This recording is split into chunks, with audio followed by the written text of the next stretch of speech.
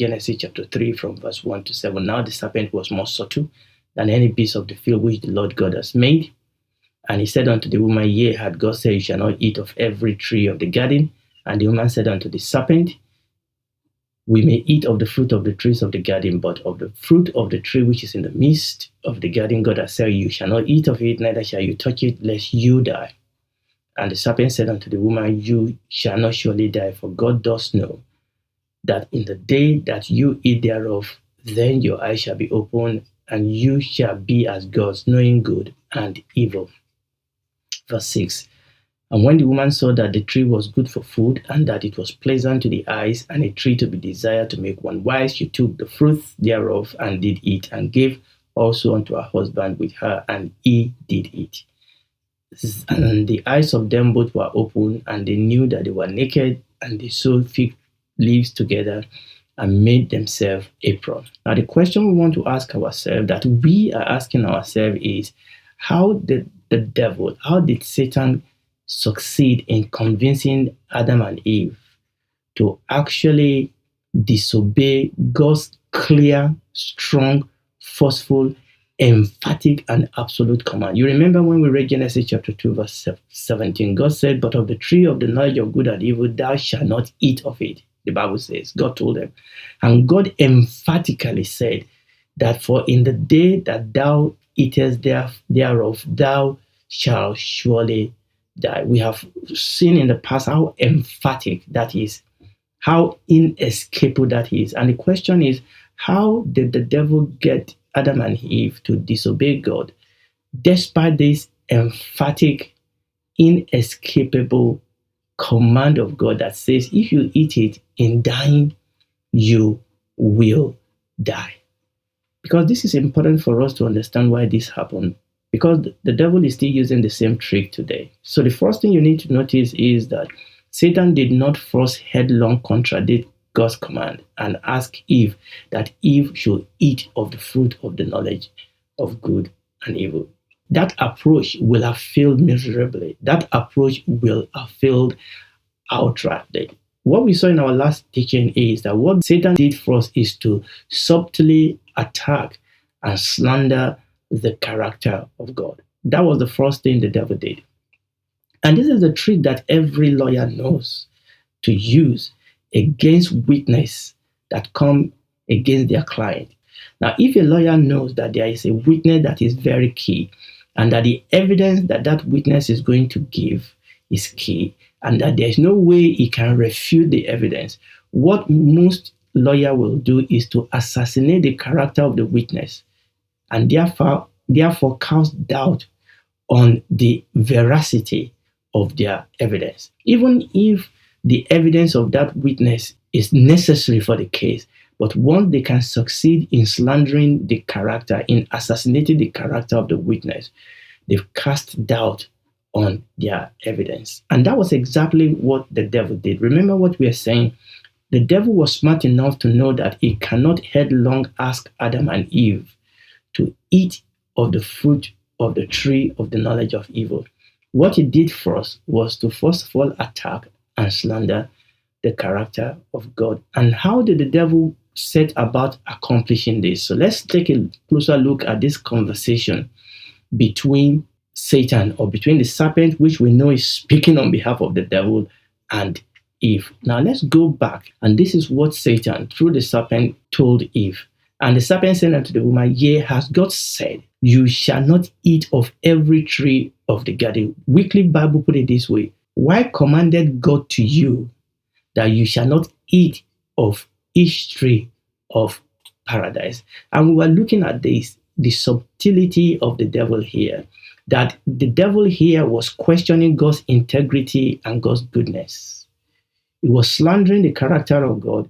He was questioning God's integrity. He was questioning God's goodness. The reason for that is so that he can sow the seed of doubt and rebellion against God and contaminate and poison the mind of Adam and Eve against God. He wanted them to disobey God. That is the end game.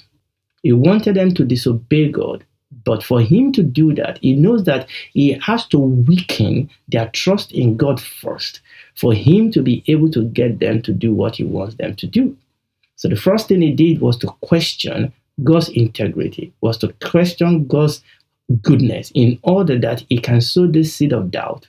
He can sow this seed of rebellion against God in their heart, and by so doing contaminate and poison the mind of Adam and Eve against God. Now, how did he do it? He did this by distorting the fact. And this is very, very important. So what he told Eve was, so God actually said, and we look at that in previous teaching. So I'm not going to go through all that again. Essentially what he was saying is that, why will God command you to not to eat of each tree of paradise? I wonder why. What is God's motive?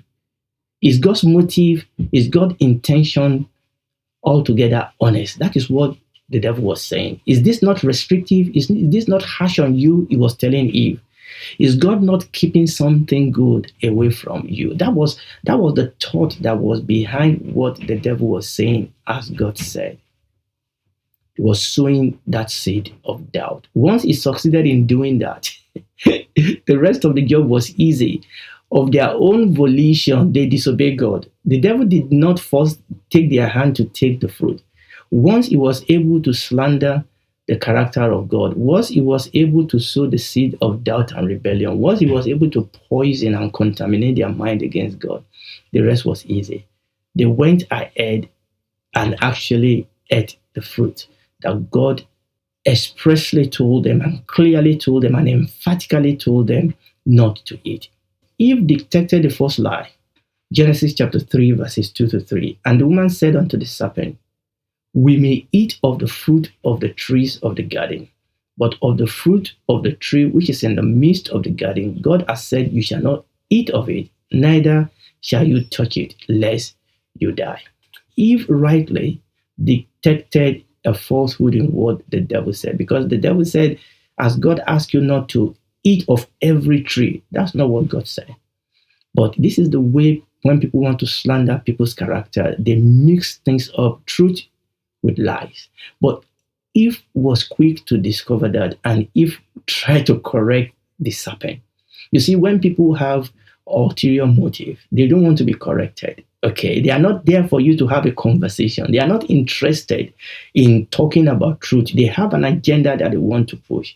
Eve tried to correct the serpent, tried to expose the devil, and said, no, God did not tell us not to eat of every fruit of the garden. There's only one that God told us not to eat. But there's something that Eve added. Eve said that God said, you shall not eat of it, neither shall you touch it, lest you die.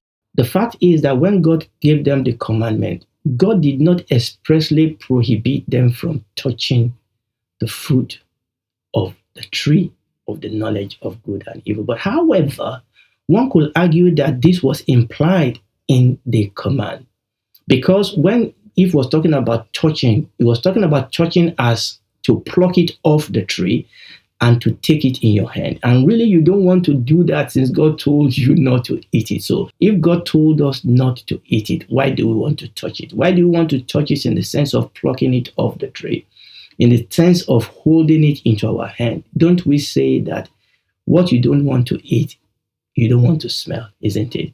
God told us not to eat it, and therefore we are not going to touch it. So there's a sense in which you could probably agree with Eve here that even though God did not expressly tell them not to touch the fruit, you could argue that it was implicit in that command. That because if we are not going to eat of the fruit of the tree of the knowledge of good and evil, we should not really be playing with it. We should not really be fondling with it. We should not really be touching it. We should not really be focusing on it. And I believe that actually that is a message that we could all learn. That if, a whole lot of people often play the game of brinksmanship. When people, especially in the area of sex and sexuality, people will say, how far is too far? I'm always surprised when people want to know how far can they go before they really sin. So there's a sense here in which we should give it up to Eve. And we can learn something from this, that if God tells us not to do something, the question is not how far can we go? How long can we touch before it becomes sin? How close can we stand before it becomes sin? That should not be the question that we should be asking. If God tells us to abstain from evil, if God tells us to flee from every appearances of evil, we should not be play a brinksmanship game of asking ourselves how far can we go. We should be staying away from it. Every appearances, every smell of evil, we should be staying away from it. So I would definitely give Eve a positive here. Praise the Lord.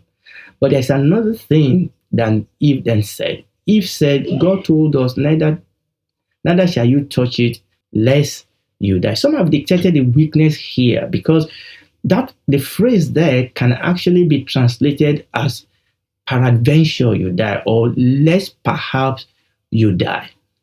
Lest you die. That word lest is a word that oftentimes imply doubt. It's a word that oftentimes imply peradventure. Compared to what God told them, when God gave them that command, you shall surely die. In dying, you shall die. God's command was very strong. However, the word used is not always to be understood to mean doubting, because sometimes that word is used in the Bible to indicate the normal course of an event. So we cannot, dogmatically say that what Eve said means that she was doubting.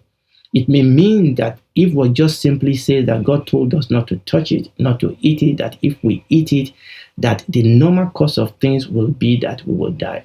Either way, one thing we can say here is that Eve did not strongly emphasize the repercussion of disobedience as God did. What is striking here is that Eve did not strongly emphasize the repercussion of disobedience as God did. And we are going to compare this with the devil, because actually you can compare this with the force of Satan's reply. And this is where it is important. So Satan made the first move. Eve made the second move. Eve said, no. We can eat of every fruit of the trees in the garden. It is just this one tree we cannot eat. And we are not even allowed to touch it. Okay? Because if we eat of it, we will die. But I want you to see the force of Satan's reply. Remember the force of God's command. And let us see the force of Satan's reply. Let's read that again in Genesis chapter 3, verse 4. And the serpent said unto the woman, you shall not surely die. You shall not surely die.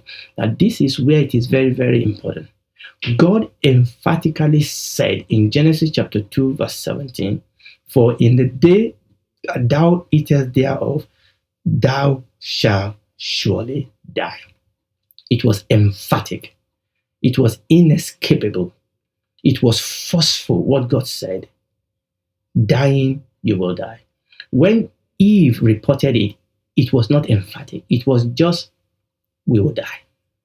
But we can see here that Satan directly counter and contradict God also emphatically. And this is very important. Genesis chapter 3, verse 4 again, you shall not surely die. Compare that to Eve's less emphatic reply, lest you die. And this is very, very important. This is the chief among Satan's arsenal, the neutralization of the fear of God. Now, this is where I'm going with this. The neutralization of the fear of God. God said, the day you eat of it, you will die. It is emphatic. It is inescapable. Satan came and emphatically said, you will not surely die. You will not surely die. So what the devil has done here is to neutralize the fear of God. And this is one of the chief weapons. This is one of the chief arsenal that the devil used in deceiving men and causing them to disobey God. When he neutralizes the fear of God. When our God is not a God that we fear. we've done a series of teaching on the fear of the Lord. I want to encourage you, if you've not been part of it, to go back and have a listening to it. The Bible tells us in Proverbs chapter 9, verse 10, and I'm going to read from the Amplified Classic. Proverbs chapter 9, verse 10, it says, "The reverent and watchful fear of the Lord is the beginning, the chief and the choice part of wisdom, and the knowledge of the holy is insight and understanding."